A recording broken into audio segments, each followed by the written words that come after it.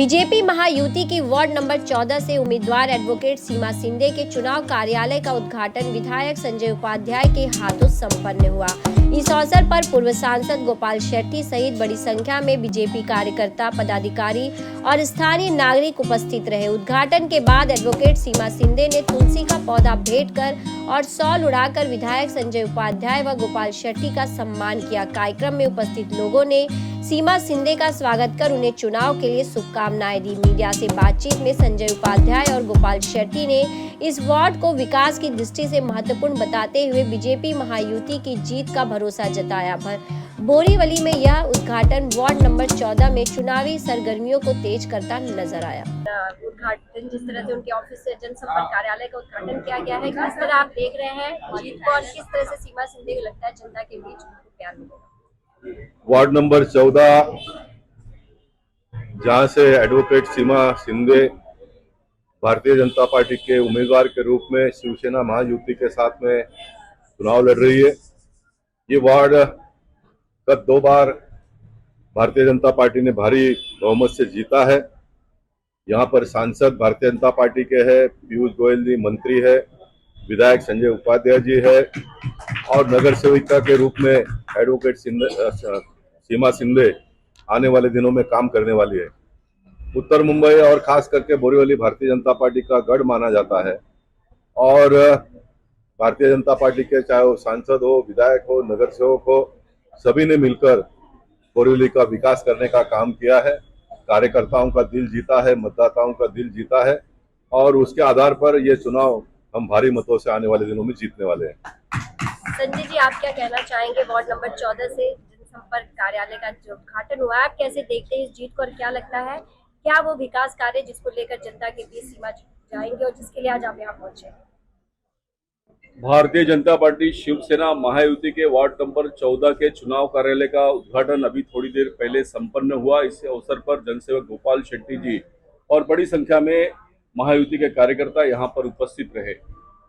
यहां पर भारतीय जनता पार्टी का नगर सेवक पिछले 14 वर्षों से है, यहाँ पर एमएलए हमारा है, यहाँ का एमपी हमारा है, हमारे नेता पीयूष जी केंद्रीय मंत्री हैं और उसके लिए अब जो प्रयास है कि महानगर पालिका में भी हमारी सरकार होनी चाहिए, तो महानगर पालिका, महाराष्ट्र राज्य और केंद्र सरकार ये तीनों जब हमारी होगी, ट्रिपल इंजन हमारी होगी, तो विकास के कामों को और गति मिलेगी। आप देख सकते हैं कि इस वार्ड में राजेंद्र नगर एसआरए की बात हो या राजेंद्र नगर के सामने जो ब्रिज बन रहा है, जो बहुत दिनों से अटका था, उसकी शुरुआत हुई है। यहीं से टनल बन रहा है। थोड़ा दूर आने के बाद हम कोस्टल रोड की ओर जाने वाले हैं। मेट्रो का काम तो शुरू हो गया है और अब हम मेट्रो का प्रवास करते हैं और उसके लिए बोरीवली सभी का आकर्षण का केंद्र है। सब बोरीवली में रहना चाहते हैं। यहाँ पर हॉस्पिटल का काम चल रहा है, 1000 गाड़ियों की पार्किंग यहाँ पर होने वाली है। स्टेशन परिसर का विकास होने जा रहा है और इसके लिए वार्ड नंबर 14 बोरीवली का प्रवेश द्वार है, ऐसा मैं मानता हूँ।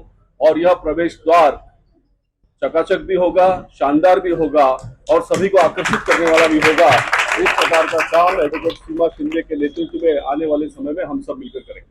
कांग्रेस के एक नेता ने एक कार्यालय उद्घाटन के पर कहा है कि जो भाजपा है वो मनपा को लूटने का काम किया, जो सड़कें और रोडें बनाई हैं वहां पे लोगों की मौत हो रही है, तो वो आप क्या वोट मांगेंगे? बोरीवली में इस मानसून के पहले हमने 92 सीसी रोड का काम पूरा किया और अब 32 सीसी रोड का काम शुरू है। इस मानसून में बोरीवली में कहीं पर भी जल भरा हुआ नहीं। हम सभी अपने कार्यालय में इतने मानसून में बरसात होने के बावजूद बड़ी सहजता से बैठे थे और सिचुएशन को मॉनिटर कर रहे थे। और जब ये बचे हुए रोड भी पूरे हो जाएंगे तो निश्चित आने वाले समय में 20 वर्षों तक, 25 वर्षों तक बोरीवली में गड्ढे मुक्त सड़क होंगे, मुंबई में गड्ढे मुक्त सड़क होंगे। और इसके लिए कांग्रेस को यह भय दिखा रहा है कि आने वाले 20-25 वर्षों तक वो मनपा में सत्ता में अब नहीं आएंगे और इसके लिए सरकार जाने के क्रम के कारण अभी से रोना रो रहे हैं।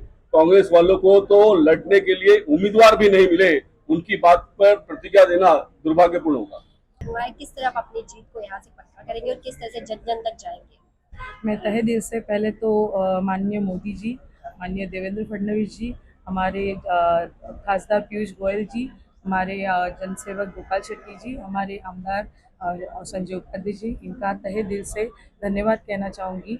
जो उन्होंने मुझे ये जवाबदारी दी है उसका मैं 100% उनको तहे दिल से मतलब वो कोशिश करूँगी पूरा करने की।